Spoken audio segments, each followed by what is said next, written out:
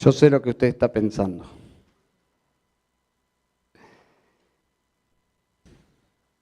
¿Alguien lo vio a Rubén que pasó y pegó el...?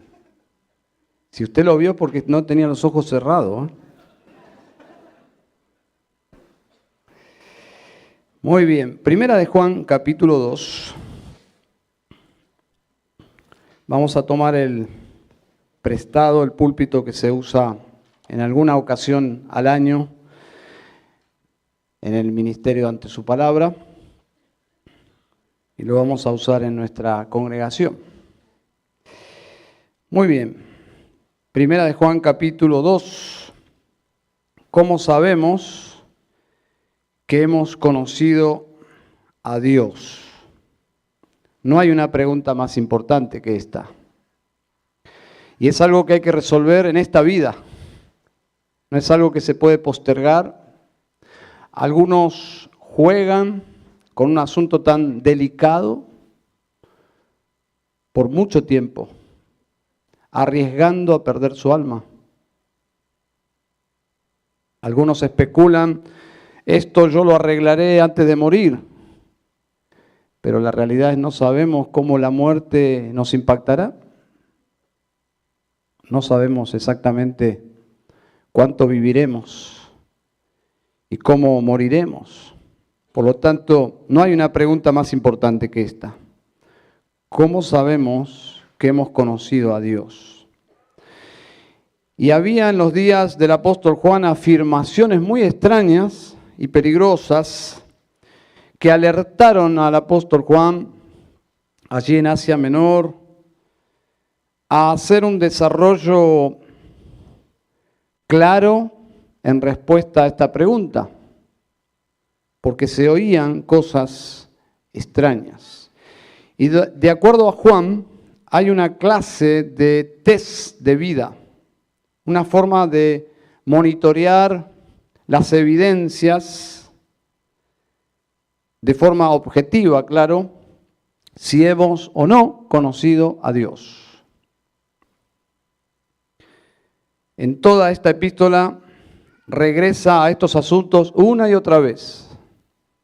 Hasta es difícil saber si hay algún formato lógico, obviamente que lo hay, pero a veces parecería que Juan vuelve al tema, avanza, retrocede, vuelve al tema en toda su argumentación, pero básicamente él regresa una y otra vez a este asunto de las evidencias de una vida auténticamente espiritual, es decir, quién es un creyente.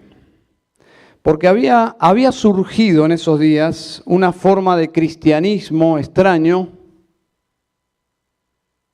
La iglesia históricamente ha sido permeable a ideas culturales, obviamente erradas, pecaminosas, que han cambiado el evangelio, y eso ha sucedido desde el inicio del cristianismo. Habían surgido ideas absolutamente falsas del cristianismo, haciendo un cristianismo paralelo, pero lo sutil era que intentaba persuadir a los verdaderos cristianos. Y el énfasis de este nuevo cristianismo solo era la experiencia que llevaba a un conocimiento superior. La experiencia que llevaba a un conocimiento superior. Y no hay nada nuevo debajo del sol, ¿no? Porque nosotros podemos hasta identificar en el siglo XXI movimientos que tienen este énfasis, experiencias que nos llevan a un encuentro espectacular y superior con Dios.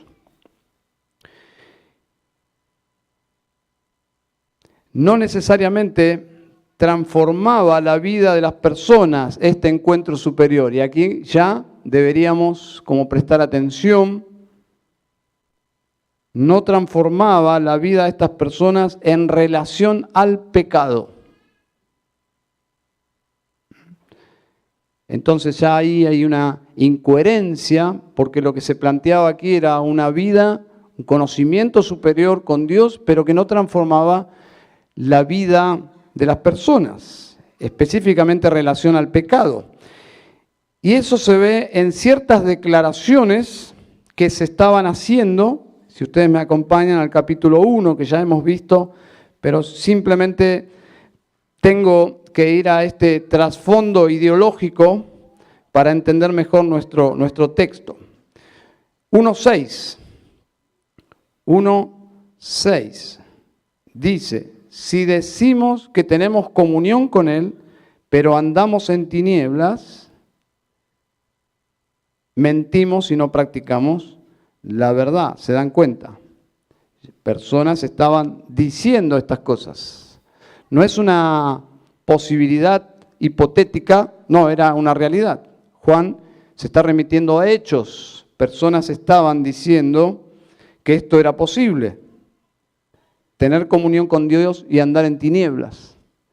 Capítulo 1, versículo 8, también se estaba diciendo, por eso comienza el versículo de esa forma.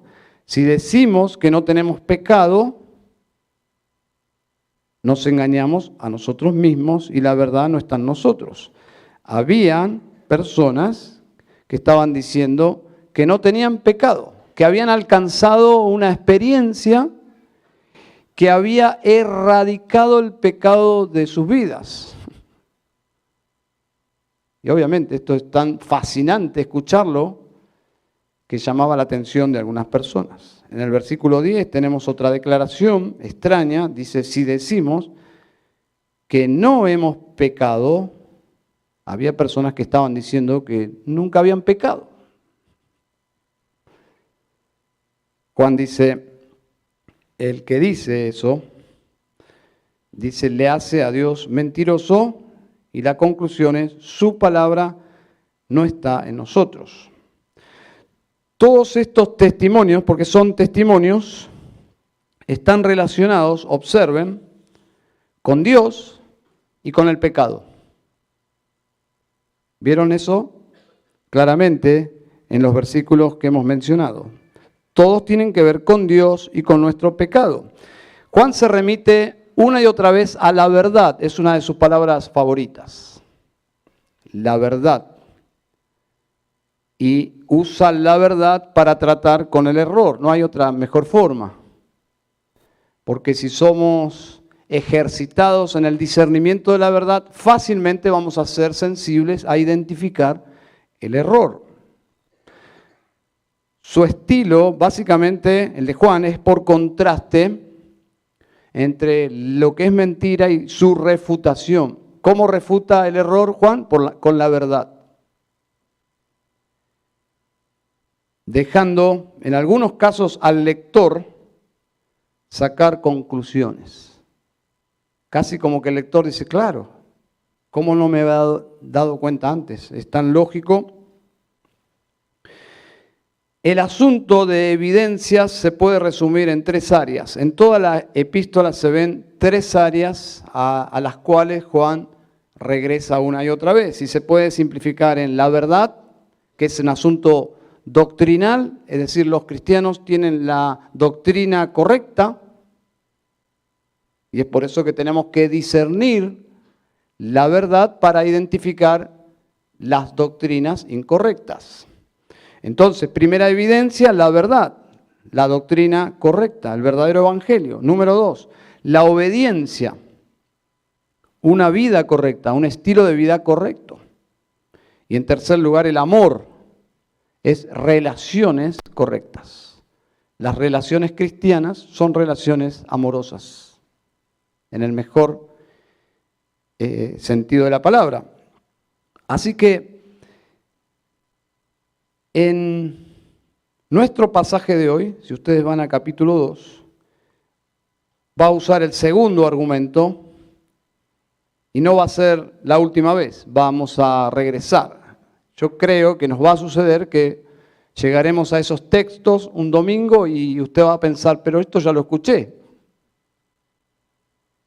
Pero estaríamos en otro texto bíblico de la misma epístola, y para mí cuando el Señor me habla más de una vez de un mismo tema es porque de alguna forma lo que está comunicando es su importancia. Y si me habla de lo mismo Juan, una y otra vez, es porque deberíamos examinarnos y poder crecer en estas áreas. Bueno, en nuestro texto de hoy, capítulo 2, versículo 3, a donde dejamos el domingo pasado, por la gracia del Señor, llegamos al versículo 2. Y hoy nuestro pasaje es del versículo 3 al 6. El argumento es la obediencia como evidencia de haber conocido a Dios. Nuestro texto responde a la pregunta, ¿cómo sabemos que realmente conocimos a Dios? Y Juan, que es muy lineal, dice básicamente dos cosas. El que guarda sus mandamientos, le conoce. Número 2, el que no guarda sus mandamientos, no le conoce. Vamos a leer la palabra de Dios. Versículo 3, capítulo 2. Y en esto sabemos que hemos llegado a conocerle si guardamos sus mandamientos. El que dice, yo he llegado a conocerle y no guarda sus mandamientos, es un mentiroso y la verdad no está en él. Así que básicamente tenemos una respuesta tan directa. ¿Cómo sabemos que hemos conocido a Dios? El que guarda sus mandamientos le conoce a Dios. Podríamos terminar aquí. Oremos, hermanos. Y nos vamos a casa y en el camino vamos pensando sobre nuestras vidas a la luz de lo que Juan nos dice aquí. Las herejías, como mencioné antes, se reciclan.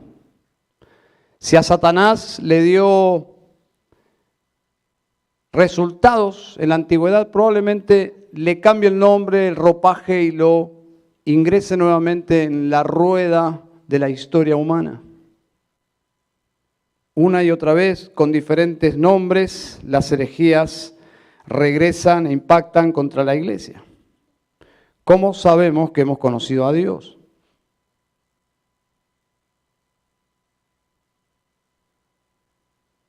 Permítanme darles algunas propuestas. ¿Bien? Propuesta A. La propuesta de la experiencia. Yo creo haber conocido a Dios. Tengo hasta cierta certeza, dice esta persona, porque yo sentí a Dios. Yo sentí la deidad.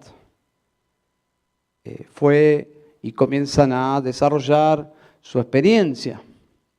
Pero básicamente su testimonio es algo espectacular en la mayoría de los casos, muy subjetivo, es lo que solamente él puede describir porque sucedió dentro de su caja torácica.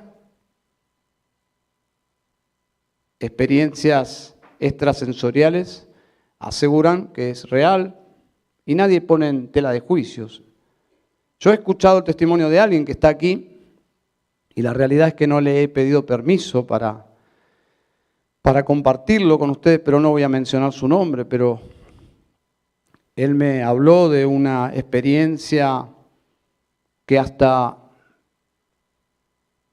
cuando hablamos tenía ciertas dudas, pero me explicó que estaba el predicador haciendo su acto de poder y el predicador hizo algo así. Puede haber detalles, no recuerdo exactamente, pero sí recuerdo que habló de que el predicador hizo así, como en los dibujitos animados, y él observó algo como de fuego, de poder, que llegó hasta él, así fue, y no tengo que dudar de lo que me está contando. Impactó en él eso que él vio que venía del predicador y se cayó y vivió una experiencia casi psicodélica. Y charlando con él le pregunté, y fue impresionante, claro, y generó en vos como un orgullo, ¿no? Sí. ¿Se dan cuenta? esas experiencias alimentan el orgullo, te elevan por la experiencia de los pobres pecadores, los cristianitos normales, digamos, que no tienen acceso a estos asuntos. ¿Saben qué es esto? Gnosticismo. Eso es lo que estaba pasando en el primer siglo. Experiencias que competían con el patrón normal del cristianismo que exponían los apóstoles. Y de repente estas personas se remitían a estas experiencias que los hacían más espirituales y esta persona me aseguró que sí, que esa experiencia lo había colocado en un orgullo importante, internamente. Puede existir a la respuesta ¿cómo sabemos que hemos conocido a Dios? Otra propuesta, vamos a llamarle la propuesta B. Y esta propuesta es más común y corriente, pero es más popular y ha hecho más desastres de lo que suponemos, que es simplemente yo he conocido a Dios, ¿por qué? Porque yo he hecho una oración. Yo he hecho una oración. Y a mí me aseguraron que si hacía esa oración, yo era salvo.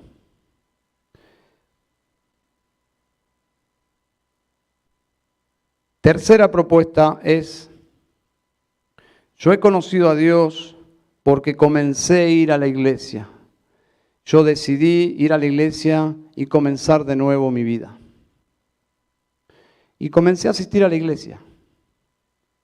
Y en términos prácticos, me hice evangélico o me hice de la iglesia.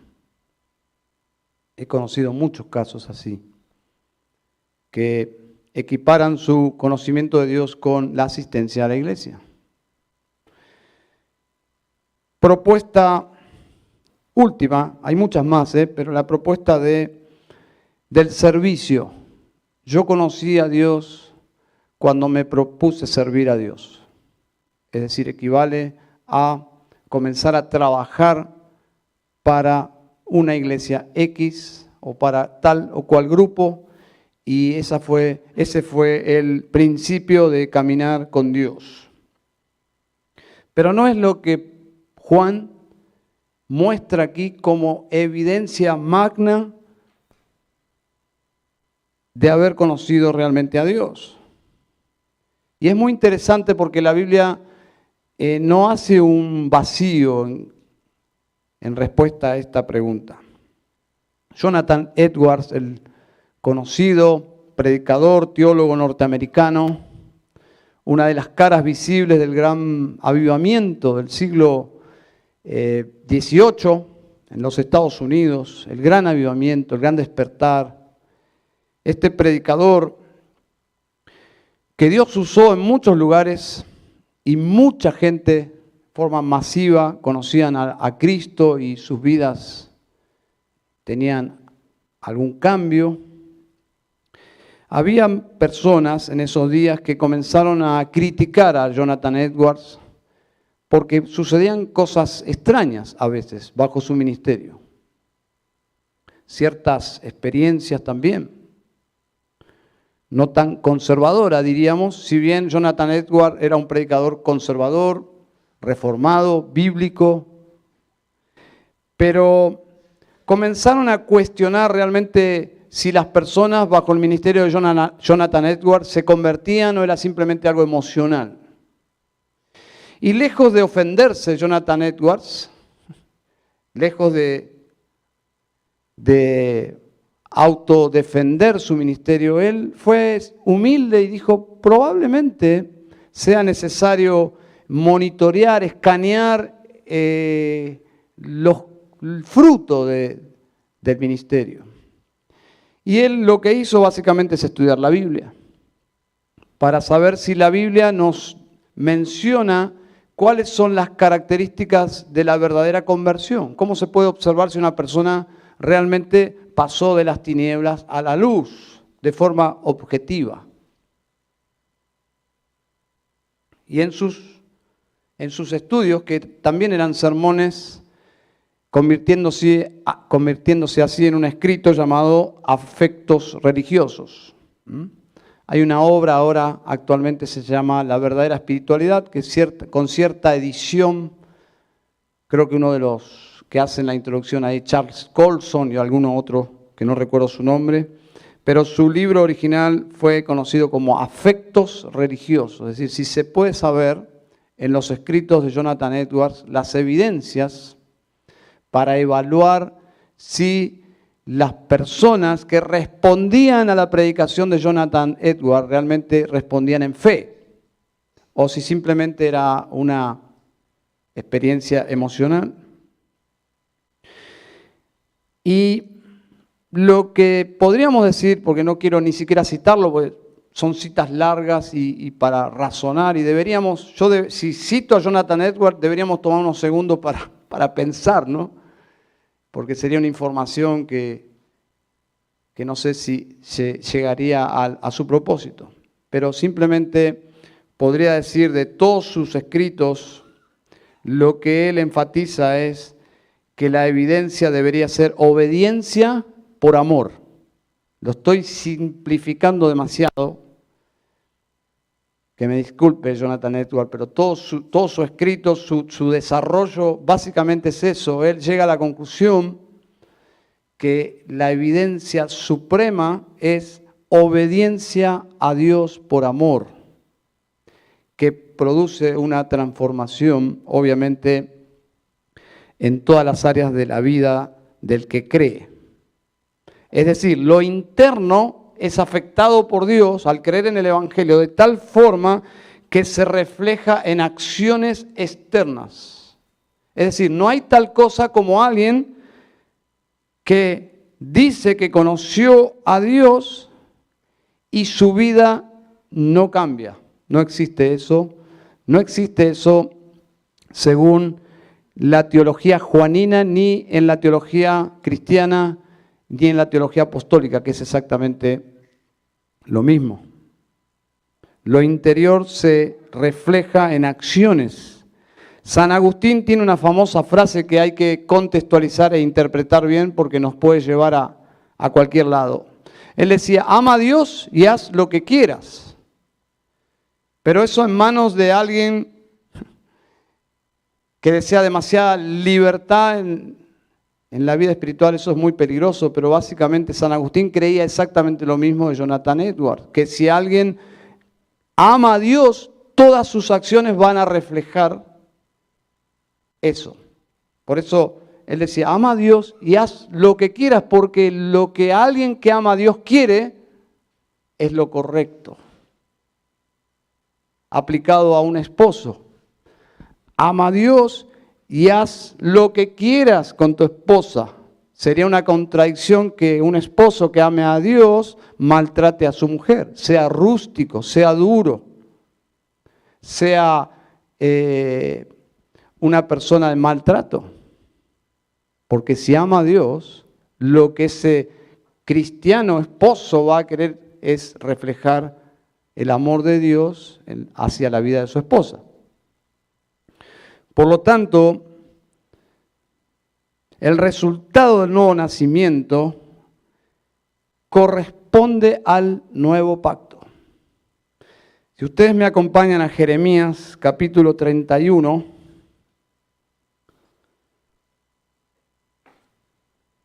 Jeremías 31, versículos 33, vamos a leer ese versículo, muy conocido. Dice así la palabra de Dios, porque este es el pacto que haré con la casa de Israel después de aquellos días, declara el Señor. Pondré mi ley dentro de ellos y sobre sus corazones la escribiré, y yo seré su Dios y ellos serán mi pueblo. Es decir, esa ley escrita de Moisés fuera del corazón, que no podían ser obedecidas, ahora Dios la imprime en los deseos más profundos del corazón, de modo que ahora sí hay un deseo de obedecer. Y a eso se le agrega el empoderamiento del Espíritu de Dios para lograr obedecer, lo que antes era imposible. Ezequiel, vamos ahora a Ezequiel. Un poquito más adelante está Ezequiel en el capítulo 36, versículos 26 y 27. Dice, además os daré un corazón nuevo y pondré un espíritu nuevo dentro de vosotros. Quitaré de vuestra carne el corazón de piedra y os daré un corazón de carne. Pondré dentro de vosotros mi espíritu y haré que andéis, observen, y haré que andéis en mis estatutos y que cumpláis cuidadosamente mis ordenanzas. Es decir, Dios, en el nuevo nacimiento, cambia nuestros corazones para querer y para hacer. Esto es sobrenatural, es una obra divina que si no ocurre dentro de nosotros, indudablemente no va a suceder nada de forma externa, porque la obra de Dios comienza en el corazón y se exterioriza. Por lo tanto, esta clase de vida es un cristianismo auténtico. Dios transforma el corazón de tal forma que ahora los deseos, que era lo que escribió justamente Jonathan Edwards y también San Agustín y otros escritores, Dios transformando mi corazón, ahora mi vida tiene otra dirección y es observable. Es el Evangelio poderoso. Y observen cómo se ve eso en 1 de Juan capítulo 2, versículo 6. Dice allí, el que dice que permanece en él, palabra favorita del apóstol Juan, permanecer, hemos leído Juan 15 hoy, el que dice que permanece en él debe andar como él anduvo. Jesús no necesitó un cambio de corazón porque él nació con el corazón correcto.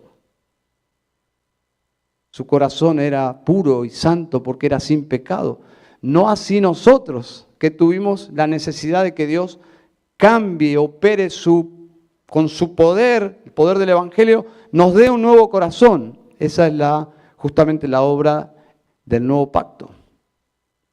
Jesús no tenía esa necesidad, pero cuando Dios obra en nosotros, de alguna forma nos transfiere el corazón de Jesús.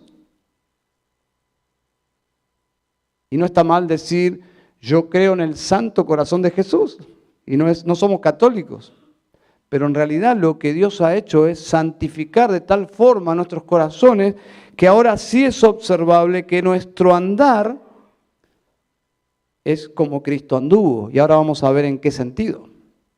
Hubo un movimiento en los años 60 de los cuales algunas de esas personas que fueron parte de ese movimiento luego se encausaron, pero en los años 60 hubo un movimiento evangélico hippie que interpretaban que seguir a Jesús era andar como Jesús. Y ellos interpretaban, obviamente de forma incorrecta, que Jesús era como un hippie que andaba en sandalias, pelo largo y comía cuando pintaba comida, ¿viste? Así hablaban ellos, obviamente.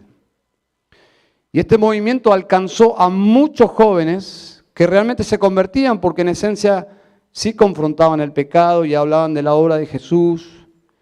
Y algunas de esas personas e iglesias que nacieron de ese movimiento se encausaron y hoy son iglesias bíblicas. Y en la mayoría de los casos muchas de ellas son reformadas o algunas de ellas. Pero lo que quiero decir es que andar como él anduvo no significa que tenemos que andar con pelo largo, si no yo nunca podría ser cristiano.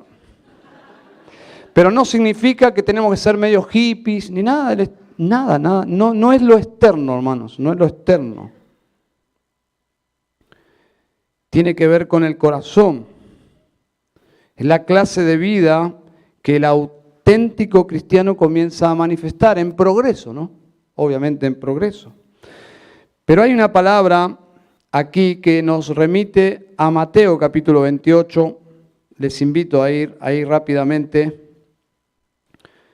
Mateo 28 dice en el capítulo 28, versículo 19, dice: id pues y haced discípulos de todas las naciones, bautizándolos en el nombre del Padre y del Hijo y del Espíritu Santo.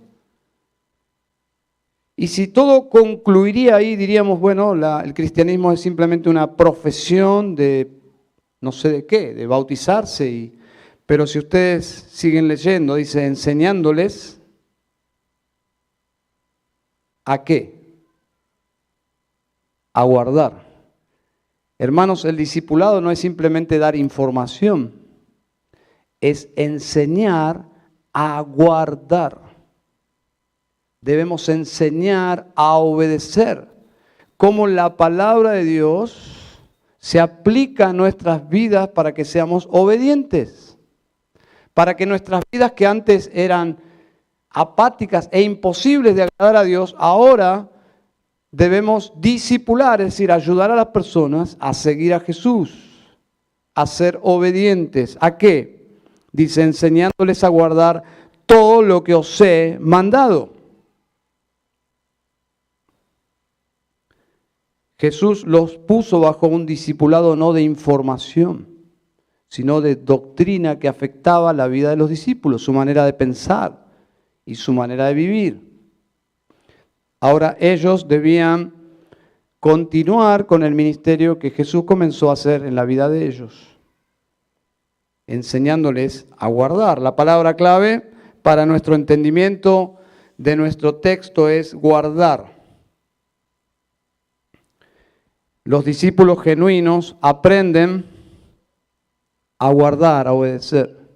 Nuestra obediencia va en progreso, pero es obediencia.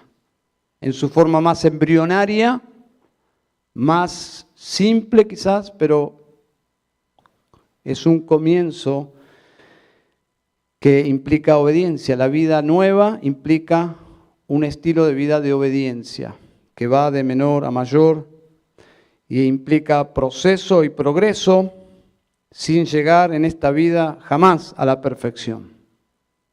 Jamás llegaremos a una obediencia perfecta. Pero el cristiano lo anhela. Y esto es clave. El cristiano anhela vivir obedientemente al Señor. Pero esta obediencia implica la aplicación del Evangelio a sus vidas. Y mayormente en el trato con el pecado. Juan una y otra vez se remite cómo los cristianos genuinos tratan con el pecado. Observen versículo 1 del capítulo 2 que ya hemos visto. Hijitos míos, os escribo estas cosas para que no pequéis. Los cristianos no desean pecar, evitan el pecado. El cristiano que salió, no sé, del alcoholismo, de una vida de borracho, va a evitar ir a los mismos lugares que iba antes. Porque representa para él su pasado, ese pasado en rebeldía con Dios. ¿Será tentado? Obviamente que será tentado. Pero el corazón nuevo se inclina hacia Dios en contra del pecado. Pero Juan da por hecho de que sí, va a suceder que en algún momento de debilidad vamos a pecar. Podríamos decir, según en el lenguaje del Antiguo Testamento, pecados de yerro, pero ocasionalmente podemos caer en pecados graves, obviamente. Pero ¿qué hacemos entonces? Bueno, los verdaderos cristianos, ya mencionó Juan, que tratan con el pecado de forma honesta, en arrepentimiento, no lo justifican, no lo minimizan. ¿Qué hacen los verdaderos cristianos? entienden y se ponen de acuerdo con Dios en cuanto a la gravedad del pecado. Y lo confiesan. Lo confiesan. Y en el capítulo 2, los primeros 2 versículos, ya hemos mencionado, el verdadero cristiano, su pecado lo lleva a la cruz una y otra vez. En un sentido, el pecado, el cristiano vive continuamente bajo la sombra de la cruz. ¿Por qué? Porque continuamente lucha contra el pecado, todo el tiempo. Entonces, no hay una forma de cristianismo divorciada de la cruz de Cristo. Todo el tiempo confesamos nuestros pecados, conscientes, y tenemos el perdón de Dios. Y evitamos esa culpa que apaga el gozo, que nos hace sentir miserables como cuando no éramos cristianos. Podría ser algo positivo dentro de la tragedia que es el pecado, ¿no? Lo positivo es que nos comenzamos a sentir como cuando no conocíamos a Dios y simplemente es una experiencia triste. Pero no hay que pecar para experimentar eso. Simplemente que cuando ocurre, nos remitimos nuevamente a nuestro Salvador, a Cristo, a lo que Él pagó por nosotros.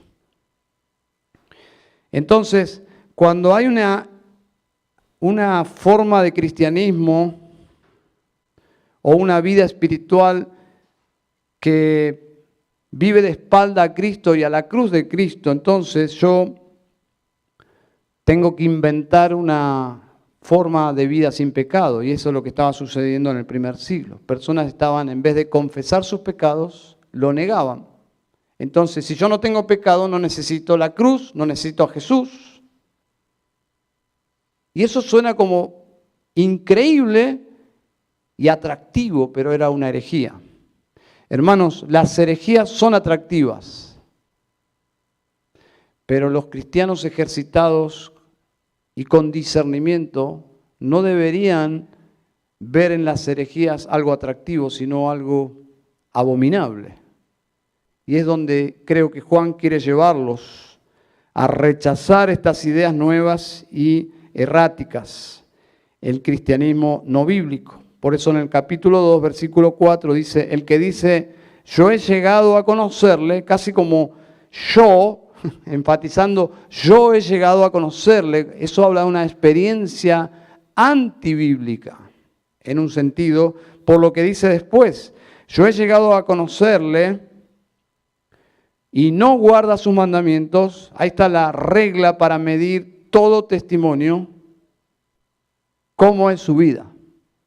No es tanto lo que dice, no es tanto lo que habla, no es tanto lo que sabe. Juan dice, observa si su estilo de vida, por el verbo presente continuo, si está guardando sus mandamientos. Quiero que vayamos a Juan rápidamente, porque recuerden que Juan escribió un evangelio antes que la primera epístola, y mucho del lenguaje que usa en su primera epístola era un tema conocido ya por sus lectores, por el evangelio. Capítulo 14 de Juan, versículo 15. Dice Juan 14, 15. Si me amáis, guardaréis mis mandamientos. Si me amáis, guardaréis mis mandamientos. Versículo 21. El que tiene mis mandamientos y los guarda, ese es el que me ama. Juan está escuchando esta enseñanza. Y Juan se apropia de esta enseñanza, de los labios de Jesús, de la relación con Jesús, del ministerio de Jesús, para comunicarlo en su primera epístola. Y el que me ama será amado por mi Padre, y yo le amaré y me manifestaré a él. Versículo 23 también dice, Jesús respondió y le dijo, si alguno me ama, guardará mi palabra. y mi Padre lo amará, y vendremos a Él y haremos con Él morada.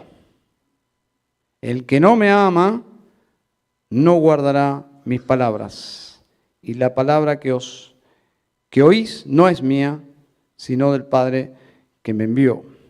Volvamos entonces, primera de Juan, capítulo 2, versículo 5. Dice: pero el que guarda su palabra, en él, enfatizando en él, el que guarda, el que está guardando su palabra, en él, verdaderamente el amor de Dios se ha perfeccionado. En esto sabemos que estamos en Él. ¿Cómo sabemos que estamos en Él? La respuesta es muy clara, ¿no? Es muy clara. El que guarda su palabra. ¿A qué se refiere? ¿A qué se refiere en el versículo 5? Que el amor de Dios se ha perfeccionado. Es el amor descendiente, que desciende, es decir, el amor de Dios hacia nosotros, o es el amor de nosotros hacia Dios. Bueno, hay posturas en cuanto a eso. Algunos piensan que habla del amor de la iglesia hacia Cristo, otros piensan, y para ambos hay argumentos, de Dios hacia nosotros, y en especial yo entiendo que habla de los dos, porque son inseparables. Es inseparable porque cuando nosotros le amamos a Dios es porque Él nos amó primero. Por lo tanto, es como Mateo 22 dice, que debemos amar a Dios con todo nuestro corazón, con toda nuestra mente, con todas nuestras fuerzas, y al prójimo como a nosotros mismos. Pero básicamente el amor a Dios refleja que somos amados de Dios, porque nadie puede amar a Dios si Dios no lo amó primero, ¿entienden, no? El amor es una relación que inicia en Dios, porque no hay quien busque a Dios. Romanos capítulo 3. Conozco desde su nacimiento a una niña. Luego, por un tema de distancia, no pude continuar esa relación fluida, pero la conozco, obviamente. Es una niña que nació con síndrome de Down, Débora, y ella tiene una comprensión, un discernimiento precioso de la vida espiritual. Su pastor me dice que ella siempre se acerca y le dice, pastor, ore por mi papá y por mi hermano. Ellos no aman a Dios. Y lo dice con un pesar en su alma. Ore por mi papá, pastor, y por mi hermano. Ellos no aman a Dios. Toda una profundidad teológica en ese pedido de oración. Porque ella está interpretando que su papá, que se identifica, ya no, pero para el mundo evangélico él sería un cristiano apartado y su hermano sería un cristiano apartado. Ella entiende muy bien que si alguien no ama a Dios, no es cristiano. ¿Por qué? Porque no obedecen a Dios. No obedecemos a Dios de forma bíblica si no le conocemos. Si le conocemos a Dios, la Biblia dice que le vamos a obedecer desde el corazón. Ese es el nuevo pacto. Desde el corazón. Y ese es el énfasis. El énfasis es verdaderamente el amor de Dios se ha perfeccionado. Verdaderamente, en contraste con las ideas falsas de la vida superior, que trataban de persuadir a los verdaderos cristianos que hay una vida superior. Dicen, ¿quieren saber verdaderamente, Juan, dónde el amor de Dios es evidenciado de forma explícita y poderosa? Cuando guardamos su palabra. Si alguien no obedece la palabra de Dios, es algo meramente teórico, e irreal, donde Dios no ha obrado, ahí no hay vida, no hay santidad, no hay nada.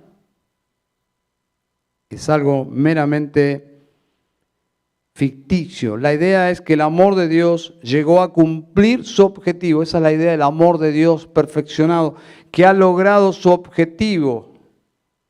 Dios ha manifestado su amor y en respuesta a su amor hay amor.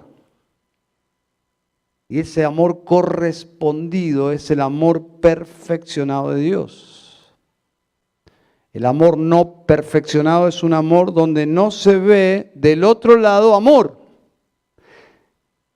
¿Qué dirían ustedes si alguien les da testimonio de que está enamorado de su novia y que se aman y hablas con su novia y dice, no, no es mi novio? No, y no me gusta, como hablan las chicas. No es correspondido. Algo está mal. Ese joven se ha autoengañado de que tiene el amor de esta señorita porque esta señorita lo desmiente. En la vida espiritual, la forma de observar que hay una relación, es decir, que hay amor de ambos lados, que el amor de Dios ha sido correspondido porque Dios ha impactado esa vida y por lo tanto la única respuesta posible es ser correspondido. Eso es lo que llamamos nosotros teológicamente la gracia irresistible del amor de Dios. El amor se ha perfeccionado cuando hay una respuesta a ese amor que se observa en la obediencia. Se observa en la transformación del corazón. Este corazón que antes era de piedra ha sido reemplazado por un corazón que ahora ama a Dios. Ese es el poder del Evangelio. Esa es la clase de fruto que produce el Evangelio, un amor vertical, el amor de Dios que desciende, transforma y se evidencia en lo horizontal. Esa persona comienza a amar de una forma que nunca antes amó. Mis padres decían, ¿qué le pasó a este muchacho? ¿Qué le pasó? Bueno, Dios me amó. Dios me amó, transformó mi corazón. Y ahora comencé a obedecer. Y como resultado, obedecer a Dios fue obedecer a mis padres. Si había algo impracticable para mí, era obedecer por lo menos de corazón a mis padres. No solo a mis padres, toda autoridad. Pero así venimos todos a este mundo. Padres, ¿quién enseñó a sus hijos a desobedecer? Vinieron de fábrica así, porque nacemos así. El asunto es cuando alguien dice ser cristiano y tiene un asunto interno con la autoridad de Dios y toda autoridad. Es una obediencia de corazón a la autoridad de Dios que nos pone bien con el prójimo. Ese es el poder del Evangelio. Miren capítulo 4 de Primera de Juan, versículo 12. Dice, a Dios nadie le ha visto jamás. Si nos amamos unos a otros, Dios permanece en nosotros y su amor se perfecciona en nosotros. Ese es el impacto social, espiritual que produce el Evangelio en la iglesia. Que hay un amor que no se observa en ningún otro lado, excepto en hogares cristianos, pero son parte de la iglesia también. Ese amor que es correspondido en fe se observa en relaciones de amor.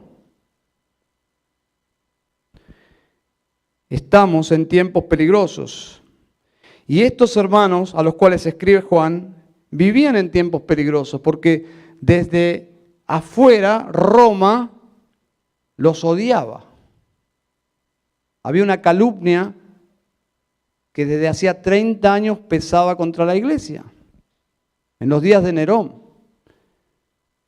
Y de repente, desde afuera, los cristianos eran odiados. Y desde adentro ahora estaban padeciendo esta infiltración de personas malintencionadas, personas extrañas a la fe. Y Juan, ¿cómo aborda la solución a este problema?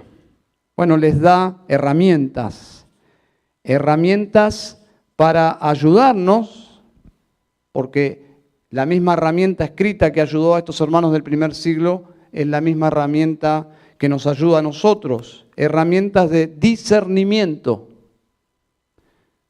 para evaluar objetivamente la clase de vida que el Nuevo Testamento nos dice que es espiritual, que produce el Evangelio aplicado cuando se cree. Ahora, hermanos, esta clase de discernimiento, si es recibido de forma madura, no podemos controlar eso, porque hay niños espirituales en la iglesia también. Pero si recibimos esta herramienta para evaluar objetivamente la conversión de las personas, no es iniciar una cacería de incrédulos. No es comenzar a ver con ojos vidriosos al resto de los hermanos. No nos coloca en una postura como de jueces espirituales, como escáneres vivientes, ¿no? ¿Quién es cristiano y quién no? No ese es el asunto. Y no es el propósito de la epístola. Es ayudarnos a ser maduros y no infantiles en nuestra manera de pensar acerca de la fe cristiana. Y creo que hay una iglesia evangélica súper ingenua que solo con el testimonio de yo acepté a Jesús en mi corazón, es cristiano y es hermano. ¿Saben cuántos matrimonios destruidos, yugos desiguales, divorcios por esa mentalidad ingenua de que alguien dice que es cristiano? Listo, nos casamos. Yo he tenido consejería en casos terribles de personas que se conocieron dentro de la iglesia. Y uno de ellos no daba nada de evidencia de ser cristiano, pero había hecho la oración del pecador. Es cristiano. Y pasaron por el altar. Y luego vino todo el caos y el sufrimiento. Y en muchos casos el divorcio. Yugo desigual. Por lo tanto, no necesitamos esa clase de cristianismo superficial, ingenuo. Todos somos hermanos, nos agarramos de la mano. No, hermanos, la fe cristiana es una fe inteligente, con pruebas empíricas de vida, que puede fallar, no es infalible, obviamente. Cuando yo me enamoré de Nancy, aunque Nancy se enamoró de mí primero, es más, entre nosotros, Nancy me vino a hablar a mí. Pero quiero decirle, yo no dije, ay, qué linda que es, me caso. Yo dije, claro, es hermosa, es linda, me encanta, pero ¿es cristiana? ¿Es cristiana? Necesitamos información bíblica real para evaluar de nuestras limitaciones humanas si alguien experimentó la fe cristiana. ¿Es falible? Sí, es falible. Si no, Judas Iscariote no hubiese pasado 3 años como uno más. No es infalible, pero la Biblia nos muestra, nos enseña que hay evidencias de vida, hay formas de tomar el pulso si hay vida, si hay un corazón nuevo que late. Y básicamente son 3, como mencioné: la doctrina, la prueba de la doctrina, la prueba del amor y la prueba de la obediencia. En este caso, Juan se remite a la obediencia. ¿Cómo sabemos que conocimos a Dios?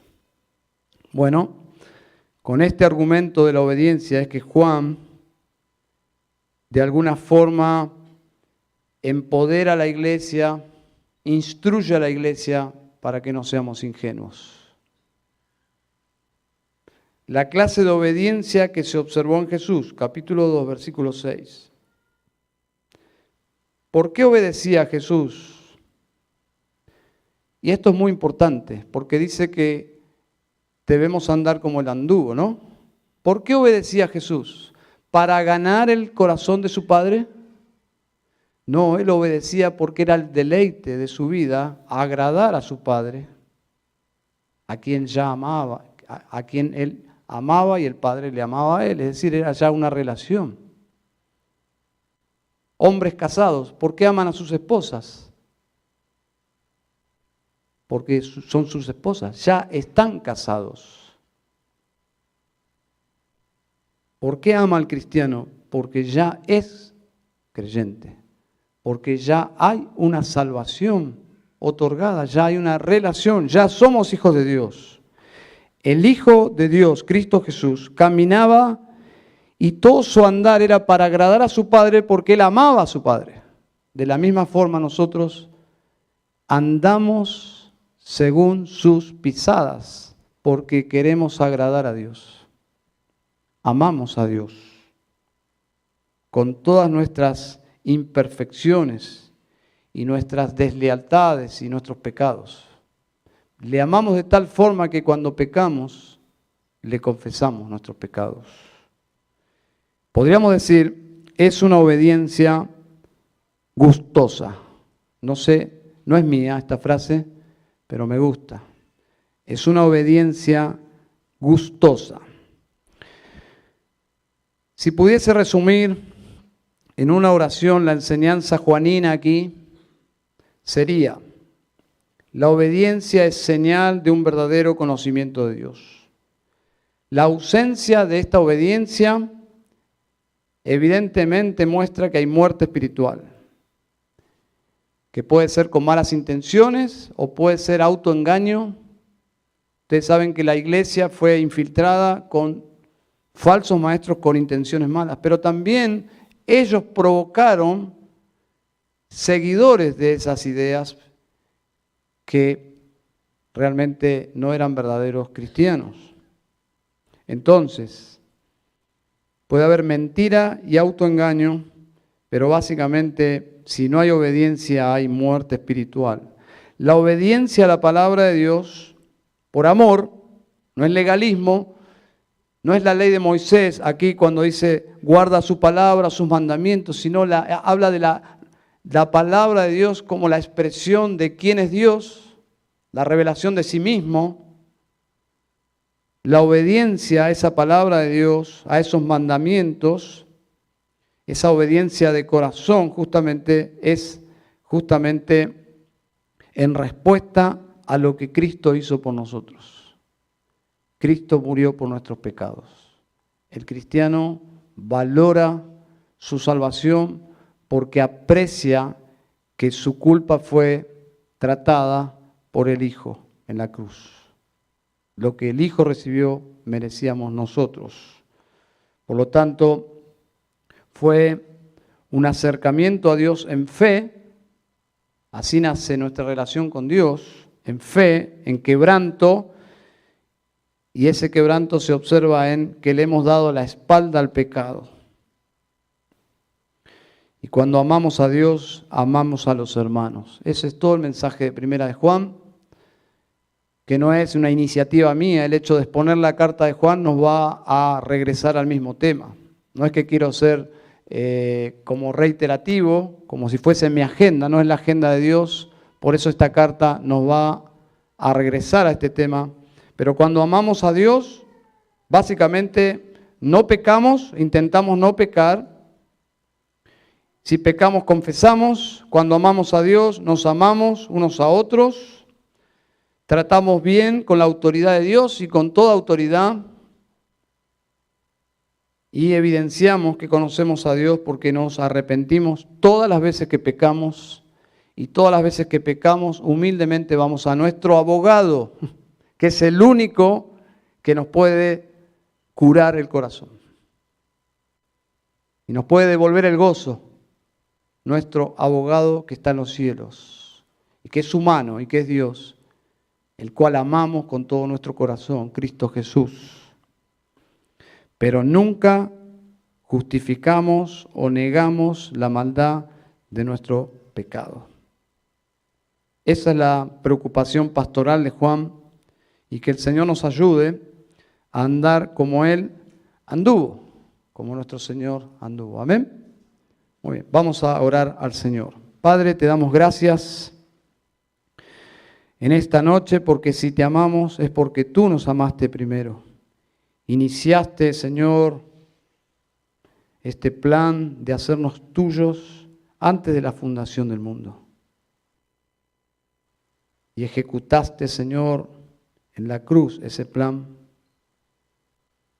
Previamente en la encarnación de tu Hijo, Señor, nos enviaste a tu precioso Hijo, quien se humanó en todas las etapas de la experiencia humana para llegar a esa cruz, Señor, y dar su vida por nosotros. Señor, experimentando la muerte, la sepultura y triunfando sobre la muerte, resucitando de los muertos. Padre, te agradecemos por el Evangelio que transformó nuestras vidas.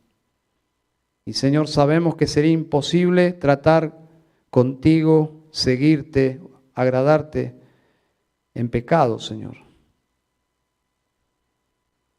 Realmente el pecado es un estorbo para orar, inclusive, Señor. Es por eso la necesidad de entrar en tu presencia, Señor, pidiendo que nos limpies. Y es la misma sangre siempre, Señor, la sangre del justo que nos limpia, Señor. Porque somos y estamos en Cristo. Somos cristianos y estamos en Cristo, Señor. Es por sus méritos que nos presentamos delante de ti, Señor. En el verdadero santuario, Señor, que Cristo abrió por nosotros con su carne, con el derramamiento de su sangre, Señor. Padre, quiero pedir junto a mis hermanos por las personas que están presentes en este auditorio que, si no te conocen, que en esta noche, Señor, puedan aceptar a Cristo. Que en esta noche, Señor, tú puedas producir una convicción insoportable, una carga de pecado que los conduzca al único que puede salvarlos, a Cristo Jesús. También oro, Señor, a ti que nos santifiques en nuestras relaciones. Señor, obra en todos nosotros para evidenciar ese poder que tiene el Evangelio en transformar nuestras vidas. Señor, te alabamos y te damos gracias por tu palabra. Pedimos, Señor, nos proveas la sabiduría para aplicarla, discernimiento y humildad, Señor. En Cristo Jesús, amén y amén.